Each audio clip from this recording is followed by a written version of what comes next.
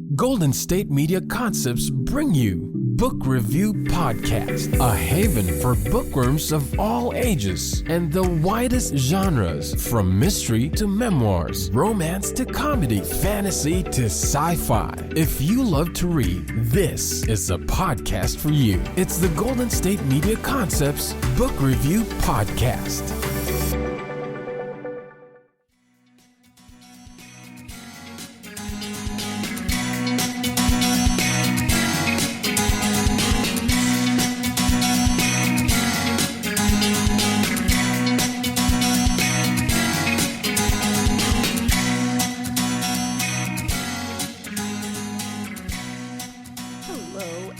Welcome to the GSMC Book Review Podcast, brought to you by the GSMC Podcast Network.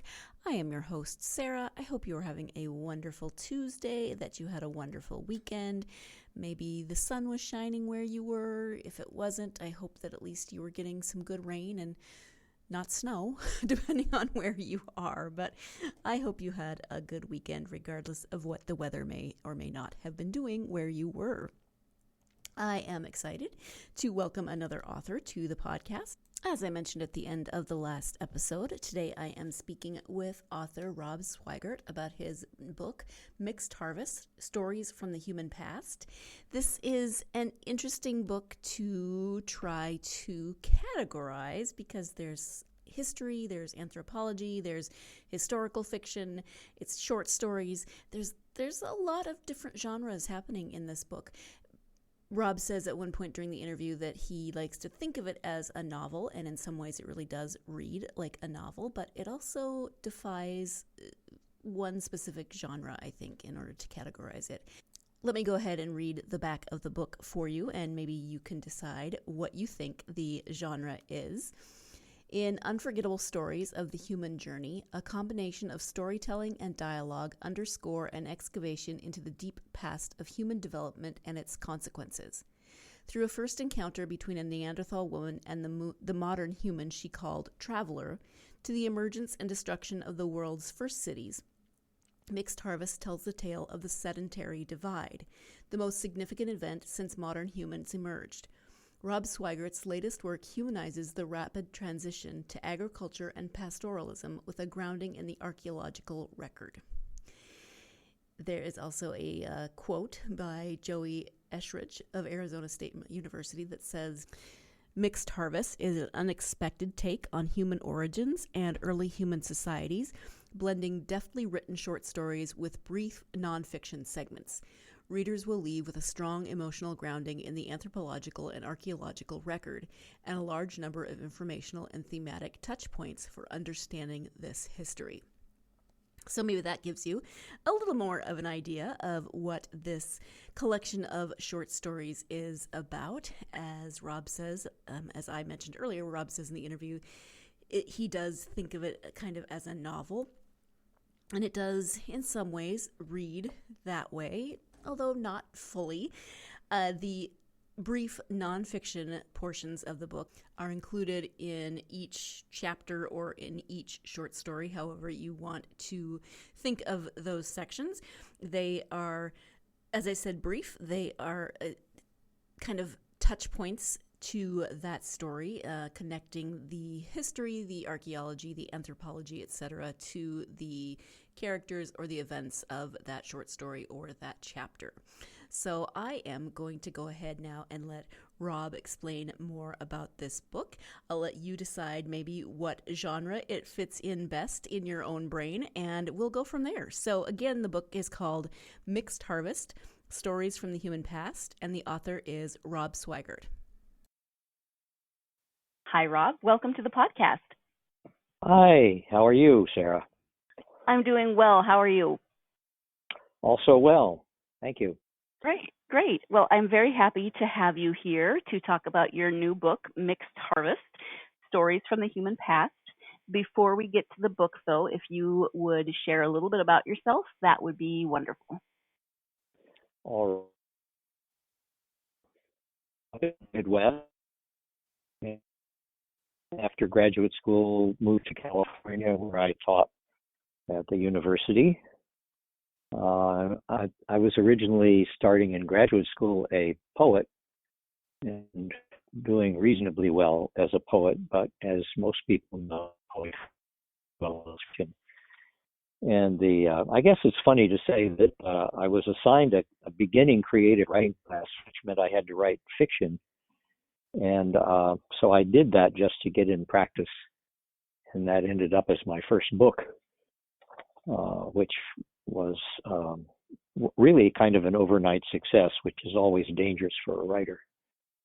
But it started a career which has not stopped. And I switched from poetry to fiction. Along the way, I was also a journalist, a computer game designer, a technical writer, a futurist, and an archaeology writer, because that was an interest of mine from the beginning. And I think that Mixed Harvest is kind of the culmination of all of that. So now I'm retired from teaching and a full-time writer. Well, first, I love that you were assigned a class that kind of switched your focus a little bit, and so it took you on a different path and got you writing a book. That, many, many steps in between led us here today. And then I also love how diverse your interests are, but how they really do all kind of coalesce in this latest book that you have written. So again, it's called Mixed Harvest, Stories from the Human Past. Can you give an overview of the book? Mixed Harvest came out of a series of meetings in Turkey in the around 2009 to 2011, which were, I had done an archaeology textbook novel called Stone Mirror, Story of the Neolithic, which I can get into in some depth, but because of that, I had been a novelist in residence at a place called Çatalhöyük in central Turkey, a Neolithic settlement site. And when we got to the conferences, it was a series. Every year we had a meeting. And the subject was supposed to be the role of religion in the origin of the city. But I thought if we're going to talk about the role of religion in the origin of the city, and the topic became much larger than that, I thought it was also important that we understand how we got to the Neolithic, which meant discussing the Paleolithic, the Old Stone Age, and perhaps a little bit of what happened after the Neolithic. And the Neolithic, to me, was a period when we adopted agriculture, and that's the biggest transition in human history. And that includes prehistory.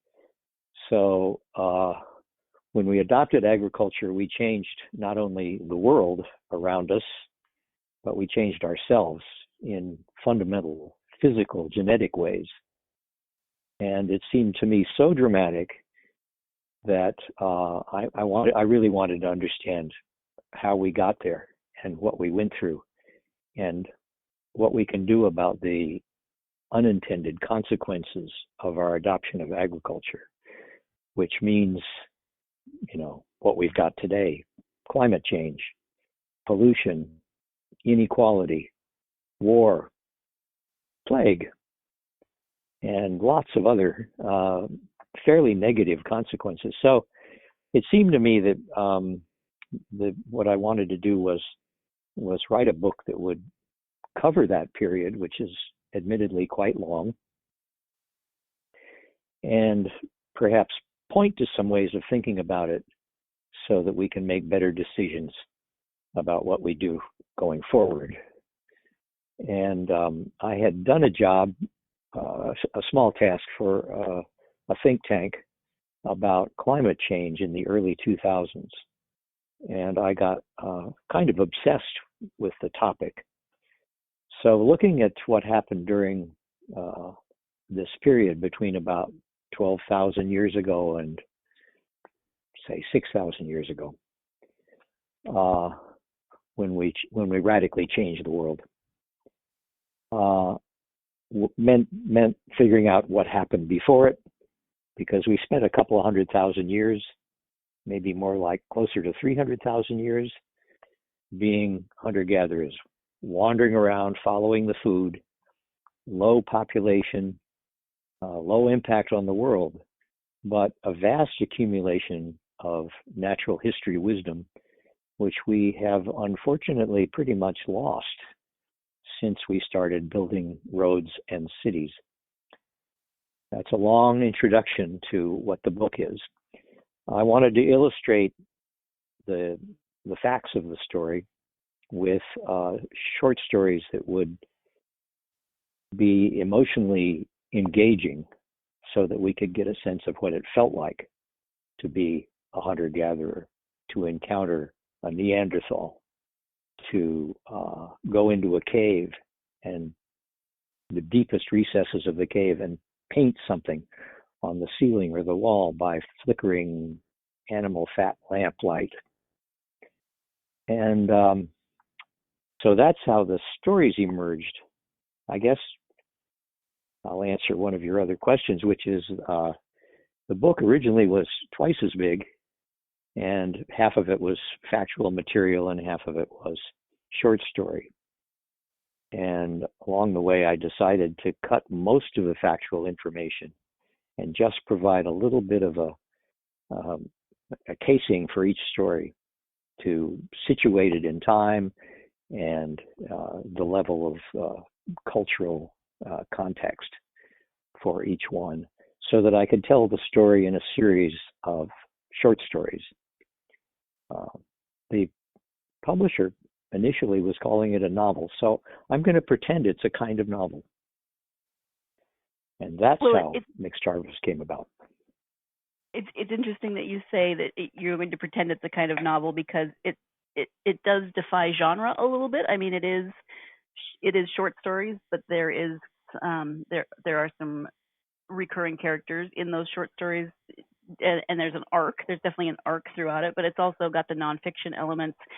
So it's a little bit hard to categorize, which is just fine. I like things that cross genres. When you were putting together, go ahead.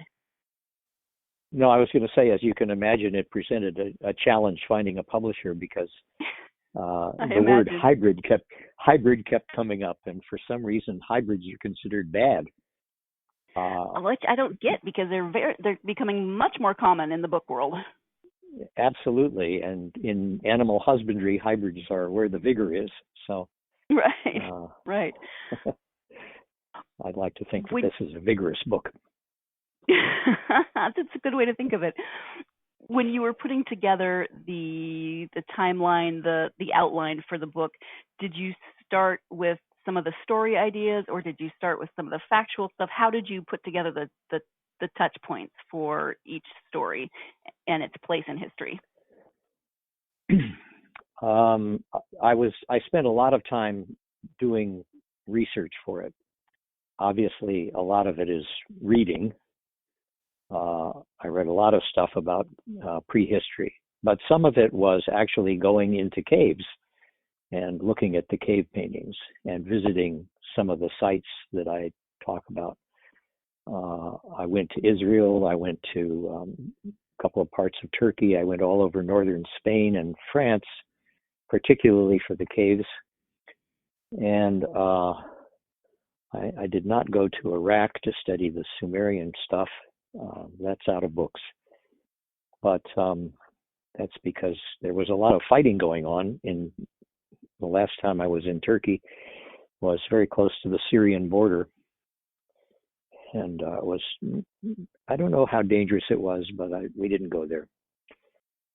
I wanted to do the prehistory, and that meant when I just arbitrarily picked Europe as a place. It's probably the second or third migration of Homo sapiens out of East Africa that went into Europe. The first one, it seems, went to Australia and Indonesia, that part of the world, which has a different set of mythologies and a different kind of culture. But I was sticking kind of with Europe and the Near East because that's where agriculture emerged. And of course, that's where I was invited to partake. But it seems to me that the story can be retold with very similar outlines in Asia or even in the Americas. Agriculture emerged everywhere kind of on its own.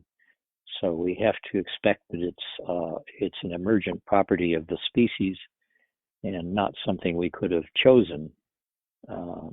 But if we had the knowledge we have now, we probably could have made better decisions about how we did it. On a lot of what Çatalhöyük has is a very dense concentration of dwellings, of habitations. They're about 25 square meters. There's cells that you enter through the roof, like a pueblo. Very, very concentrated human community. Not very comfortable. The cell, I call them cells, were full of smoke because there was a hearth and a fireplace, an oven in each building.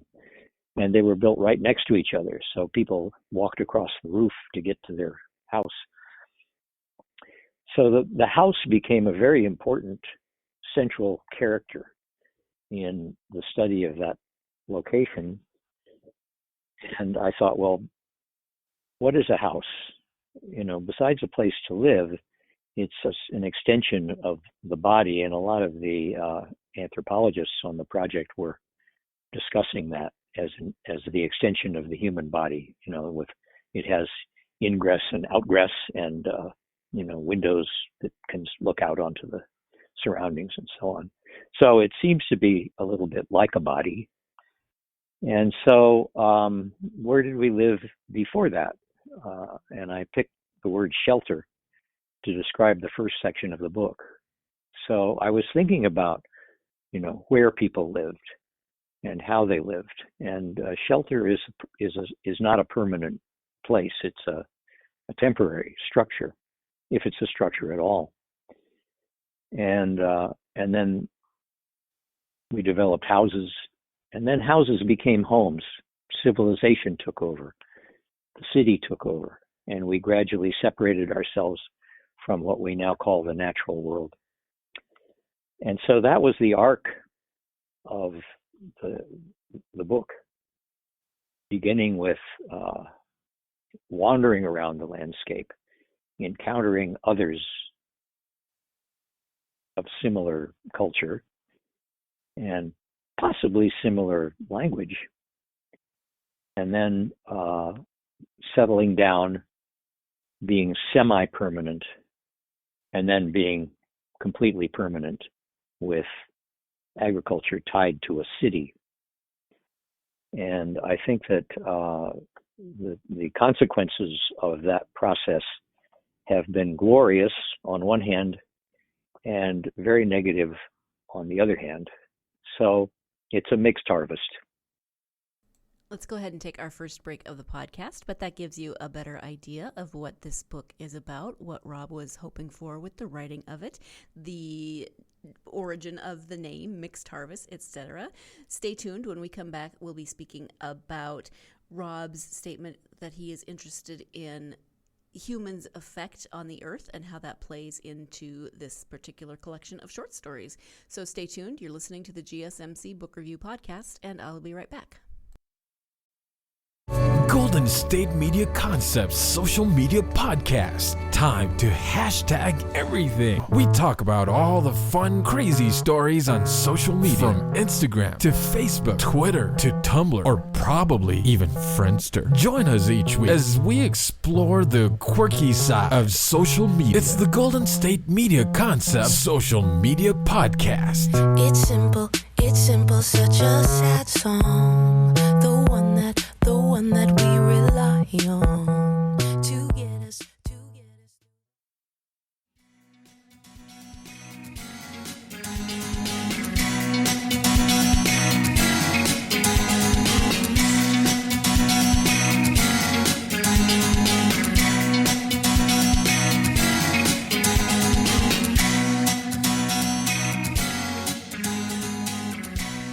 Welcome back to the GSMC Book Review Podcast and my interview with author Rob Swigart. Again, we are talking about his new book, Mixed Harvest, Stories from the Human Past. Let's go ahead and return now to that interview. Yeah, and you'd mentioned in a prior conversation over email that you were interested in the consequences of human impact on Earth, and of course we're dealing with that a lot now with discussions around climate change. And it's interesting because you talk about the relationship between humans and animals, and when animals start becoming domesticated, and then they're dependent on humans, and we're dependent on them, and it's the whole. That's a huge change. So you say knowing our history allows us to make more informed decisions, but are we? Yes. And that's a very good question, and I'm not sure I would know quite how to answer that. I mean, my initial reaction is not really, but I'd love to hear what you say to that. That was my initial reaction too. I was. It's even a bit depressing looking into this. But since the early 2000s when I did that project then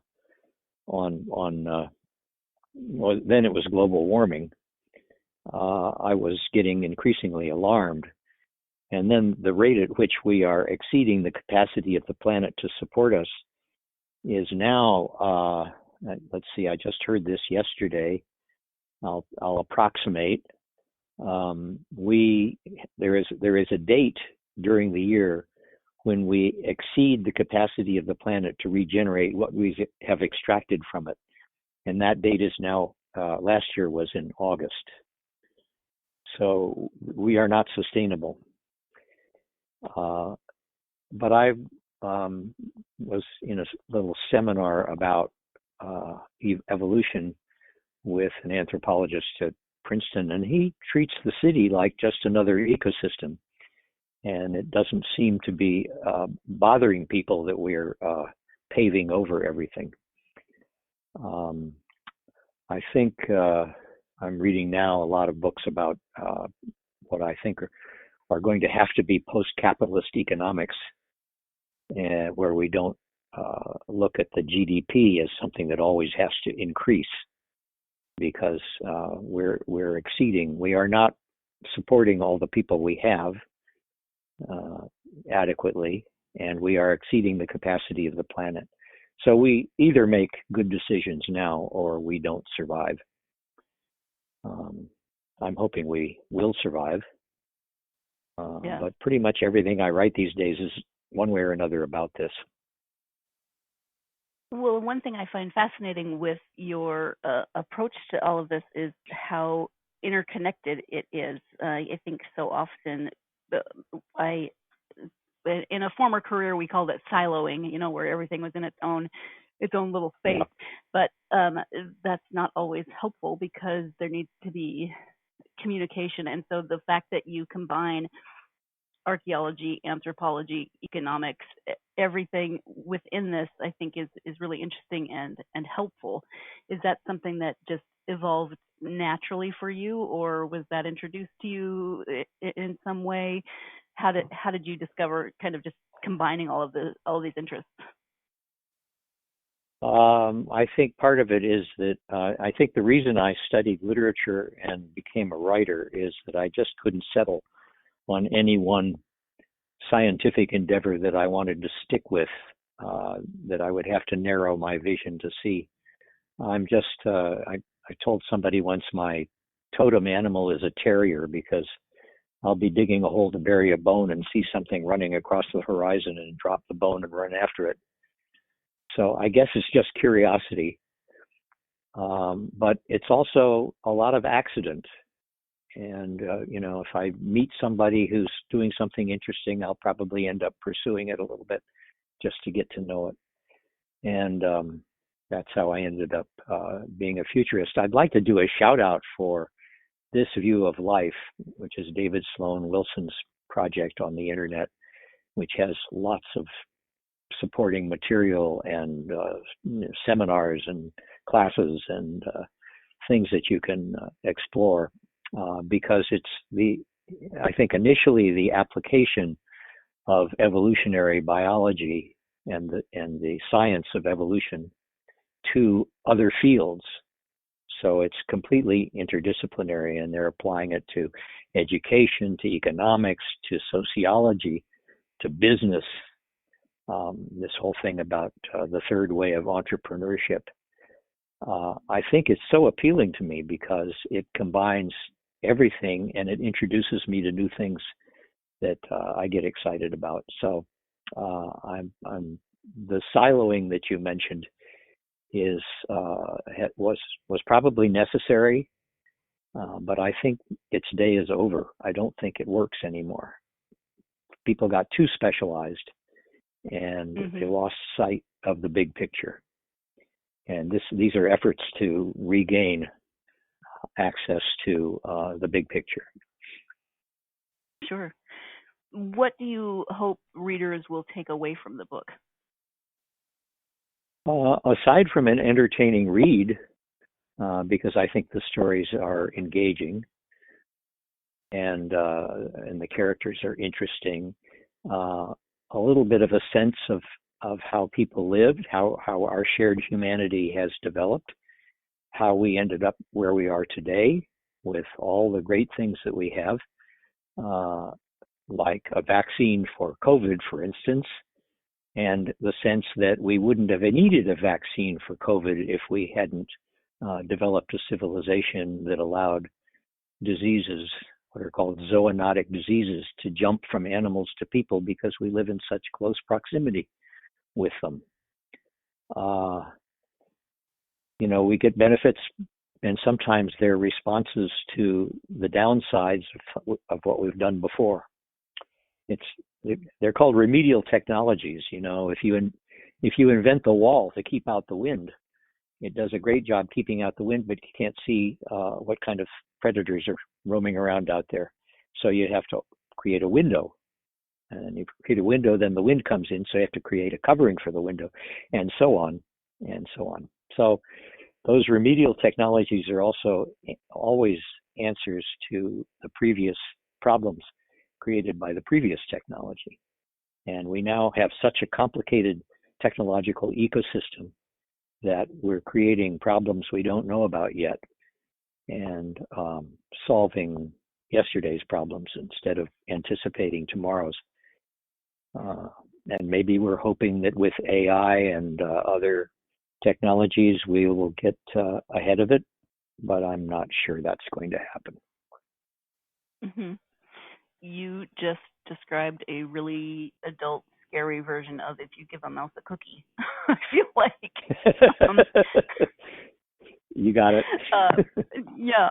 I had a question. It popped out of my head. Give me just a second as I tried.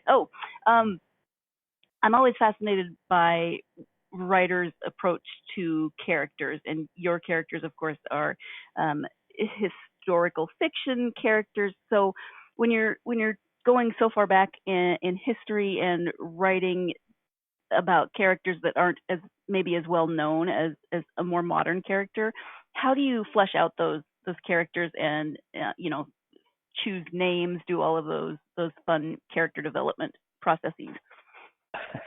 Well, choosing the names is fun. For the Middle East, I often choose Basque names because there's a linguist named Greenberg who thinks that Navajo might be descended from Basque. There are little pockets of Basque-like languages all the way along the Silk Road into Eastern Asia. And I don't know whether a lot of people support that idea, but I thought that was interesting because Basque is a very old language. So I sometimes pick names from lists of Basque names just because they're old and pre-Indo-European. As for the characters, you have to imagine what life is like without the culture that we are surrounded by, and that's difficult because we're surrounded by it. It's like water for fish. They haven't discovered it because it's all around them. But I think that that the things that people need are the things people have always needed. I heard them described once as the 4 F's: feeding, fighting, fleeing, and mating. And basically, sorry, it took me a second. yeah, I know. I was waiting for it. Yeah. I think that's a good place to take another break. My brain was clearly not quite catching up with the words that Rob was speaking. So hopefully you got it a little quicker than I did. If you still haven't gotten it, think about it over the break, and we'll come back with more of the interview with Rob. So stay tuned. You're listening to the GSMC Book Review Podcast, and I will be right back. Tired of searching the vast jungle of podcasts? Now listen close and hear this out. There's a podcast network that covers just about everything that you've been searching. Hey! The Golden State Media Concepts Podcast Network is here. Nothing less than a podcast bliss with endless hours of podcast coverage. From news, sports, music, fashion, cooking, entertainment, fantasy, football, and so much more. So stop lurking around and go straight out to the Golden State Media Concepts Podcast Network. Guaranteed to fill that podcast itch. Whatever it may be. Visit us at www.gsmcpodcast.com. Follow us on Facebook and Twitter, and download us on iTunes, SoundCloud, and Google Play.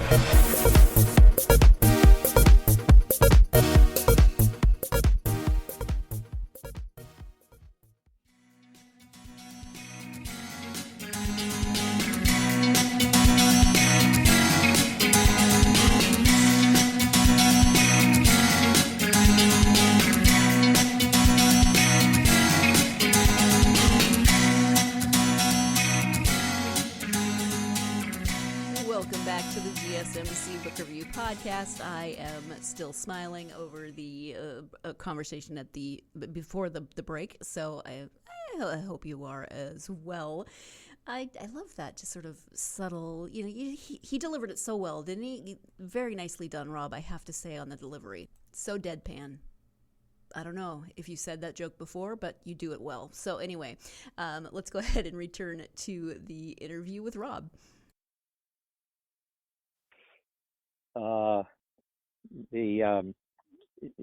That human life is based on fundamental needs and aspirations, and how you survive in a world where you have to follow and find the food. You're going to learn when the salmon are running and when the reindeer are migrating.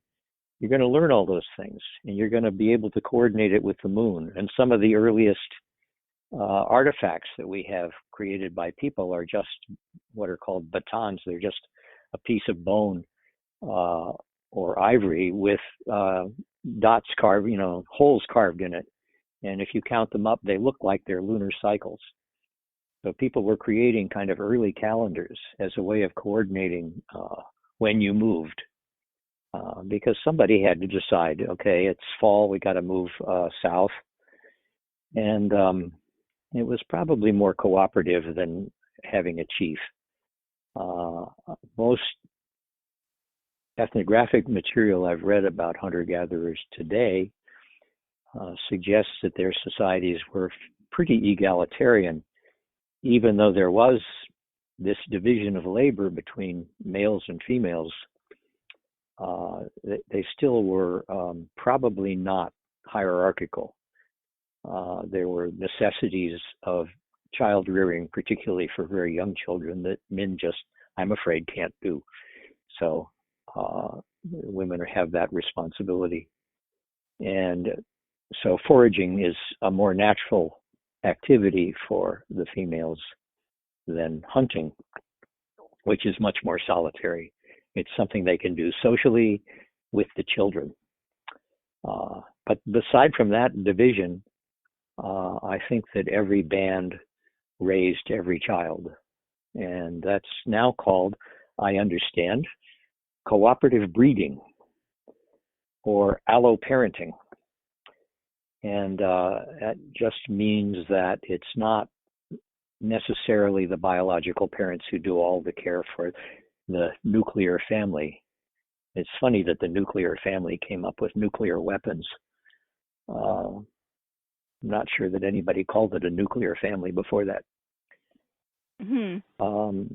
So the culture is different. So if you get yourself into the mindset of being in a band where that's your family, basically, even if they're not related to you, and that the family, that the band borders were permeable, that is, you would encounter another band, have a nice feast or a social event of some kind, and swap people. So the bands would be fluid, and you would have adventures with somebody else. I think is a very different way of being in and with the world than what we have now, where what I call homes are enclosed, and I'm sitting here in a room full of books. The world was much more open, but you didn't have roads that lead from one place to another. You navigated the landscape by what Peter Wilson, anthropologist, calls focal points. You know, a mountain peak, a big stone, a huge tree, a river junction, a shoreline, and so on. And that it's a much more, probably by and large, a more sound permeated world, because vision is constrained by forests. If you're in forest, which a lot of people were until we cut them down. So you just get inside that, and then you try to imagine, well, what happens if somebody acts badly? What does a band do? So there's some stories about how people handle a bad actor. There are things like long-distance trade in shells from the ocean, for instance, which are really interesting. They're very ancient snail shells in Africa that are very easy to drill through, and they find the same shell drilled, I think, tens of thousands of years ago, all the way from the top of Africa to the bottom, the same species of snail. So there's a kind of sense of a common culture, yet these individual bands that spend most of their time apart from others. And I love getting into that and seeing what that was like. When you get to the settlement and you're in a concentrated place for at least probably through the winter, it creates a very different kind of cultural context and a different kind of social relationship between males and females. So you get different mating patterns. You get different ideas about what it means to be a parent. When you have people settled in one place in a permanent house, you have to worry about who's going to get the house when you die, which means creating a sense of identification with the building, a sense of continuity of a family from one generation to the next, which creates a sense of linear time, very different from the circular time that you probably had before with the cycles of the seasons and the months and the days. And that's just a different experience. So what are the things that are important to people there? And then you get into a full-blown agricultural context where you've got farms and furrows, straight lines. And I got very interested in what I called the hegemony of the straight line. The dominance in our world today, if you look around, you see straight lines everywhere, completely unnatural. Mm-hmm. We have created a different universe in which we live. We have created it and we live in it. And some people get very uneasy when they go out into the woods because it's not straight. It's all tangled up. It's fractal. And yet kind of exciting. Yeah, unless you don't like, unless you're just completely freaked out by that. Yes, that's well, it's well, unsettling. It's yeah. unsettling, and I just read a story about a guy in Southern California who got lost hiking in a place that he knew really well, and he got trapped Hmm. there, and his cell phone was dying, and he managed to send a text to somebody with a photograph of his feet. And some guy who likes to do this sort of thing, read a tweet about it and got out his satellite maps and located generally where the guy was and told the Forest Service, and they found him. Oh, So wow. we have this extension of our sensory systems now that go to satellites and help us kind of navigate that uncertain world of the wilderness. It's amazing, and it's very science fiction-y, and I like that too. Yeah. Yeah. So speaking of science fiction-y, kind of fantasy-esque, this is not your first book. You have written others. I'm looking on your website, and that you have the Lisa Emmer series, and that Yes. sounds a little bit similar to what we've been talking about. It's 3,000-year-old Sumerian. Can you talk a little bit about that series and how it has been defined by some of your other research and work? Sure. I'll tell you honestly, the series began must have been around 2009.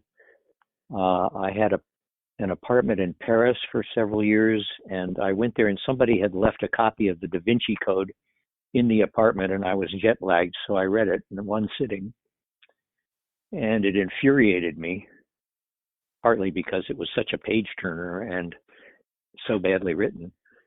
But I thought I could do that. And so just for fun, I sat down and said, okay, I'm going to start with chapter 1. And an important old person is murdered in a bizarre way. So I wrote a chapter where, and it turned in, and it sort of took over as a story. So the first book in the series was called The Delphi Agenda. And the premise was that the oracle at Delphi, which was closed by Theodosius the Great in 395, actually continued underground. And there's this war between the Catholic Church and the Delphi Agenda. Then I was, one of my periodic obsessions with Sumerian, I was sitting in graduate class at Berkeley on Sumerian, reading Sumerian language, and thought I would just invent a tablet and create a story that would be the second in the series.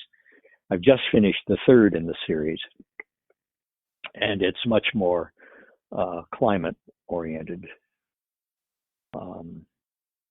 So I think that everything feeds into whatever.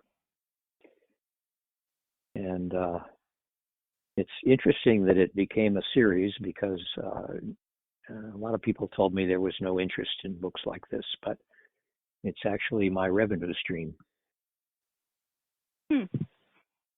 Well, clearly there's interest in books like this because others have done well, and because yours is doing well. So that's interesting.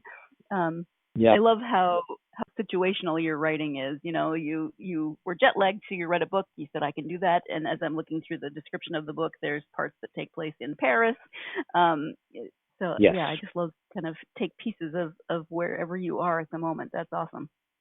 I don't think there are any Delphi Agenda tours of Paris yet, but hey, give it time. We'll give it time. Yeah. Are there any of your other writings that you would like to highlight as well? Oh, I'm actually publishing a lot of short stories, but most of them are old, and I'm getting them published because I'm lazy. So I hired somebody to submit them for me, and she's doing quite well. I did a book in 1981, I think, called The Book of Revelations, which was it was a transition book because my first 3 books were satire. kind of Vonnegut science fiction satire. And this one was a transition book, and it was about the place where I ended up doing as a futurist, working as a futurist. And that was an accidental meeting in an Aikido class with somebody who worked there. And I wrote this sort of new age science fiction book called The Book of Revelations. And it did not do very well, but something weird happened last year, I guess 2 years ago now. Yeah, before the plague. A professor at Yale got a hold of me, and he'd stumbled over the book and he wanted to teach it. So I got, because the class then was on Zoom, I got to sit in.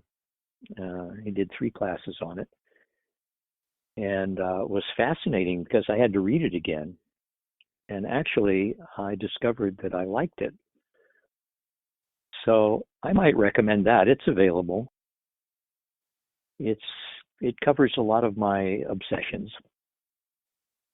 I'll just interject to say that is fascinating to I would imagine that you would have had to read it again. You know, we're going back to a book, 40 years later that yeah.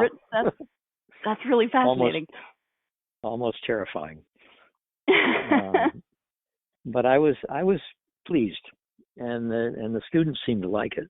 So it's about the future, about thinking about the future, and about I at that time had postulated 3 peaks of intelligence on the planet. Those were humans, dolphins, and elephants.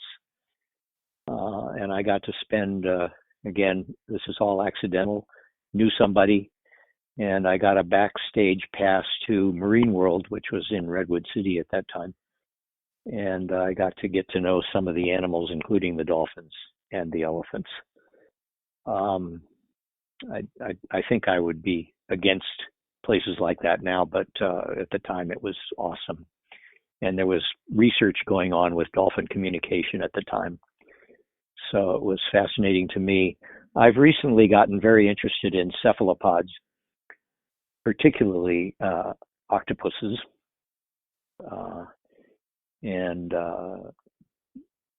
have managed to wangle some trips into places where I could meet some, although not that intimately because they live underwater. But alien intelligence is now something that we can actually interact with. And I think the movie My Octopus Teacher is a good example of how we can begin to understand that there are other kinds of intelligence besides ours. And maybe we should be more careful about how we exterminate species, because we may be killing our neighbors. Okay, last break of the podcast. When we come back, Rob will be giving his advice for aspiring authors. So stay tuned. You're listening to the GSMC Book Review Podcast, and I will be right back.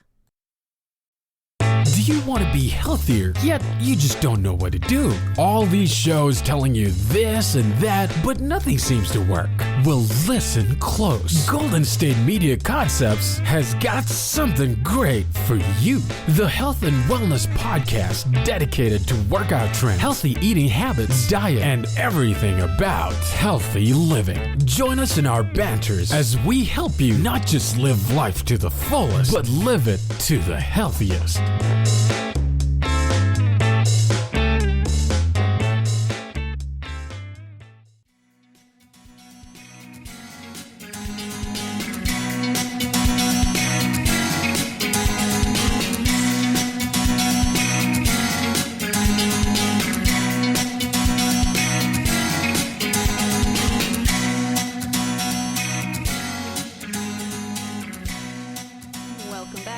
GSMC Book Review Podcast and the conclusion of my interview with author Rob Swigart.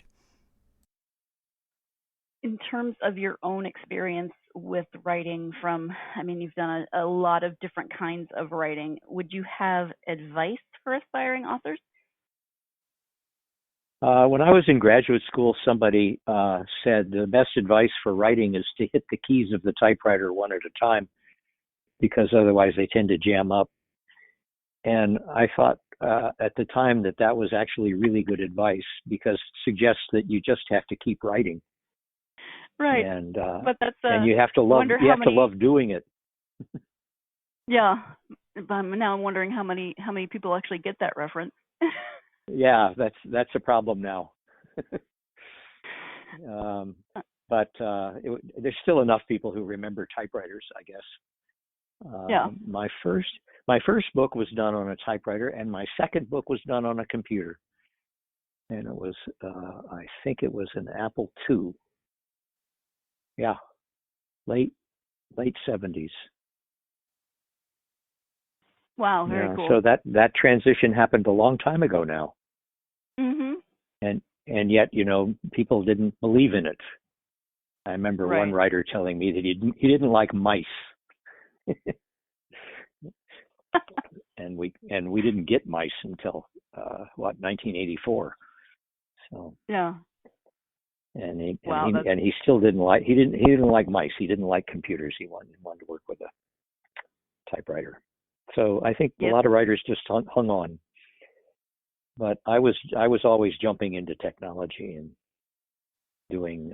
That's why I did technical writing for Apple in the 80s, just so I could learn about the technology. Yeah. I'm not arguing that we should all become hunter-gatherers again. We can't. There's not enough wilderness left, and we're not going to get 8 billion people out there hunting giraffes. No. But please no. There are definite lessons to be learned from our history and our past, and I think it doesn't do well to just have this mindset of, well, we just keep moving forward. We don't need to look back. We don't need to see where we came from. Well, of course we do, because everything we're doing now is built on everything that came before. Yeah, I think it's Churchill who said, the farther back we look in the past, the farther ahead we can look into the future. I think we need to. I used to describe it as if you take a cone and you take the point of the cone and you say that's now, then the future is a cone that expands out ahead of us and becomes more and more diffuse and uncertain. And the same thing with the past. If you take now as the point of the cone looking into the past gets fuzzier and fuzzier as it goes back. But there's a little bit of overlap with the 2 points of the cones. So, and that's kind of near-term memory and immediate future planning. And I think that the more we exercise our brains to look farther in each direction, the more fit we are to navigate the present, if that makes sense. Yeah, no, I think so. So my advice for aspiring authors is be curious about everything and keep typing. You have to just keep typing. Yeah. Yep. Hit the keys one at a time, and make sure they make words. Right. Right. Because I can just hit keys and see what happens. But we could do that, but that's an infinite number of monkeys on an infinite number of typewriters. So, yes, Shakespeare, all that good stuff. We cannot be infinite. No. Unfortunately. No. When you take the time to read for yourself as opposed to reading for research or something specific, do you have favorite authors and genres that you turn to? I read Twain, I read Dickens. I went through, as it turned out, I inherited a bunch of Aldous Huxley novels from my parents, and I've read all of those now. So I read a lot of 19th century classics, and I studied Japanese for a while in the 70s, and I have read The Tale of Genji probably 5 times.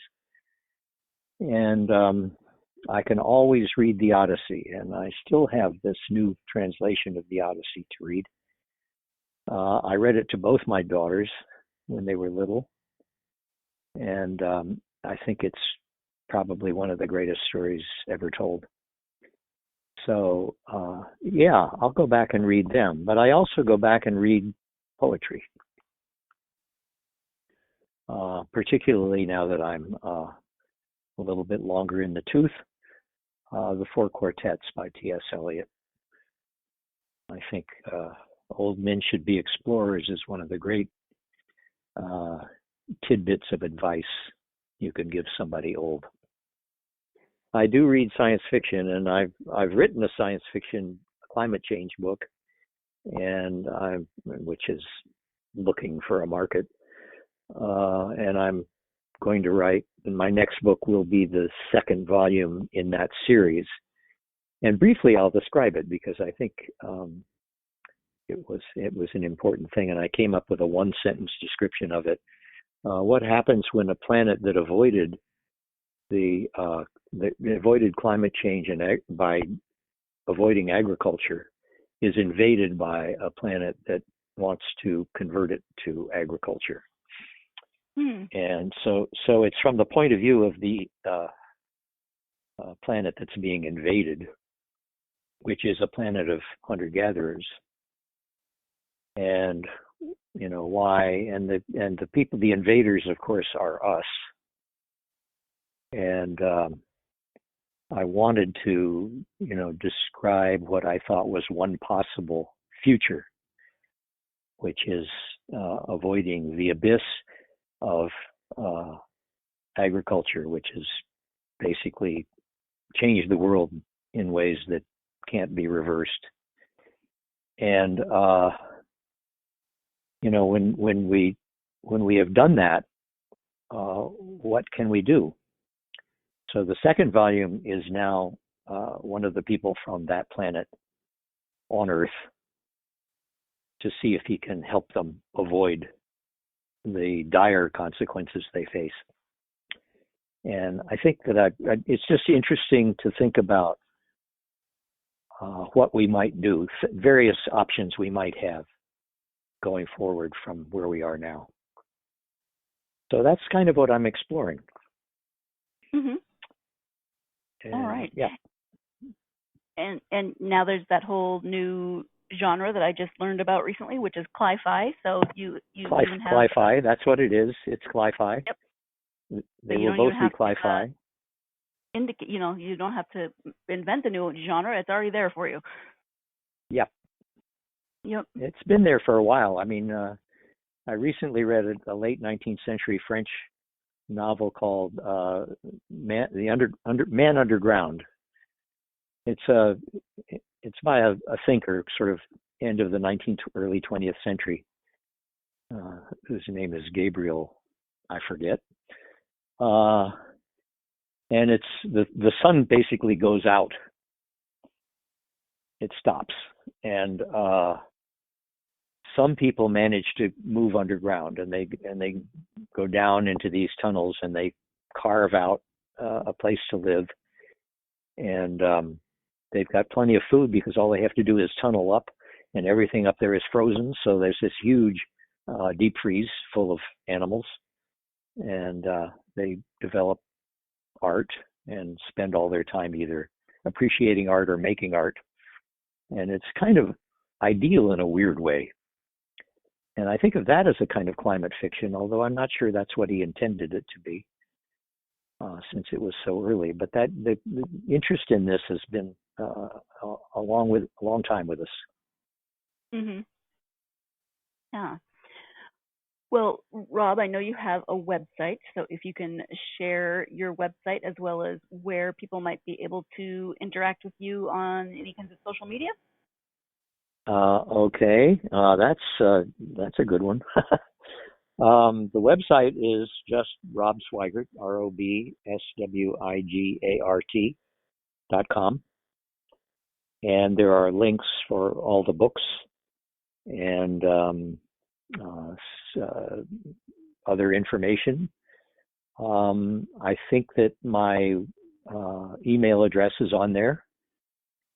I think that the one that has is robswigart rob@robswigart.com, rob@robswigart.com. And the best way to interact with me is either through that or I'm on LinkedIn, and I sometimes respond to people on that. But email's the best way to get a hold of me.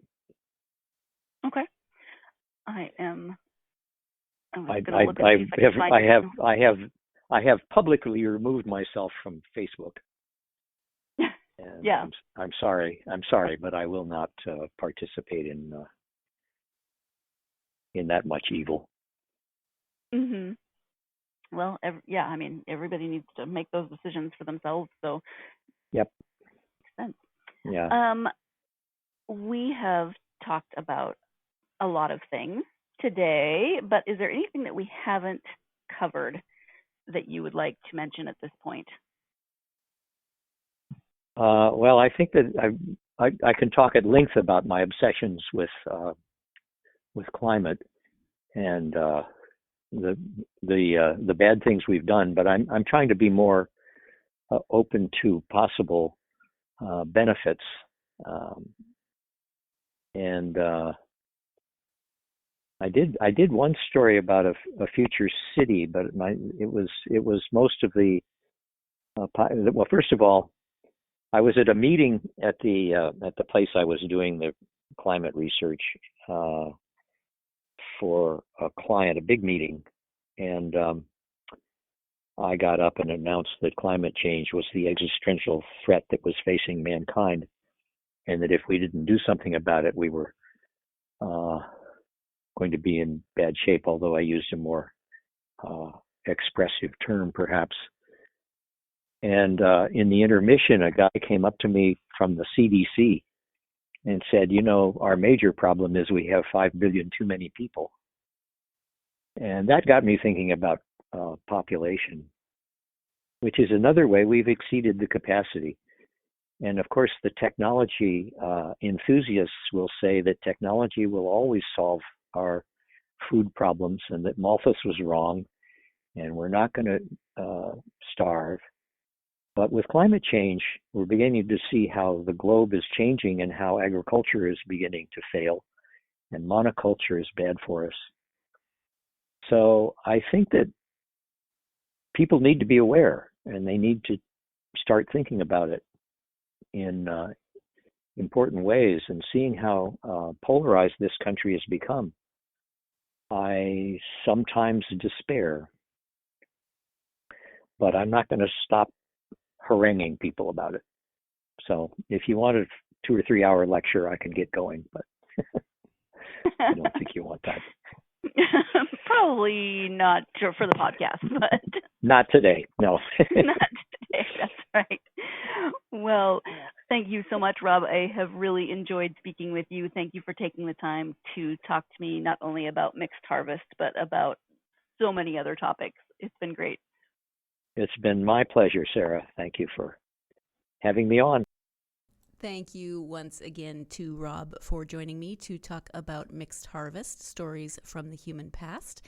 I hope that if you are a fan of anthropology, historical fiction, archaeology, short stories, any of those, that you will check out this book. It is a really fascinating way to approach this period, this phase of human development, and I really appreciated the way it blends the nonfiction and the fiction, the short stories, kind of making it into almost a novel, not quite the way you might expect the arc of a novel to go, but really interesting. So if you are, like I said, a fan of any of those areas, you should definitely check out this book. Again, Mixed Harvest, Stories from the Human Past. So thank you, Rob, for joining me. Thank you, as always, for joining me to listen to authors talk about their books and talk about their writing, give advice on writing, all of those fun things. I hope that you will join me again for the next episode when I will be speaking to returning guest, not Marco Ockrum. No, the man who represents Marco Ockrum. We will be speaking with Dennis Shaughnessy about his latest Marco Ockrum book. It's a prequel, so it's the third book, but also the first book, because why wouldn't it be? It's Marco. And this one is called The Awful Truth About the Herbert Quarry Affair. if you didn't tune into that first episode with Dennis, you should, because I can't even begin to explain to you the craziness that is Marco Ockrum and these books. So you should check that out. And then definitely join me for the next interview, the next episode, and you can hear more about, well, not more about Marco's ongoing story, but you get a little bit more of his backstory and where all the craziness started. Dennis is always a lot of fun to chat with. If you like a good Liverpudlian accent, then that's even more reason to tune in, as that is where he hails from. So join me next time for that. In the meantime, again, hope your Tuesday's going well. Hope you had a great weekend, that your week is off to a great start, and then that week involves plenty of time for you to get yourself lost in a good book. Thanks. You've been listening to the Golden State Media Concepts Book Review Podcast, part of the Golden State Media Concepts Podcast Network.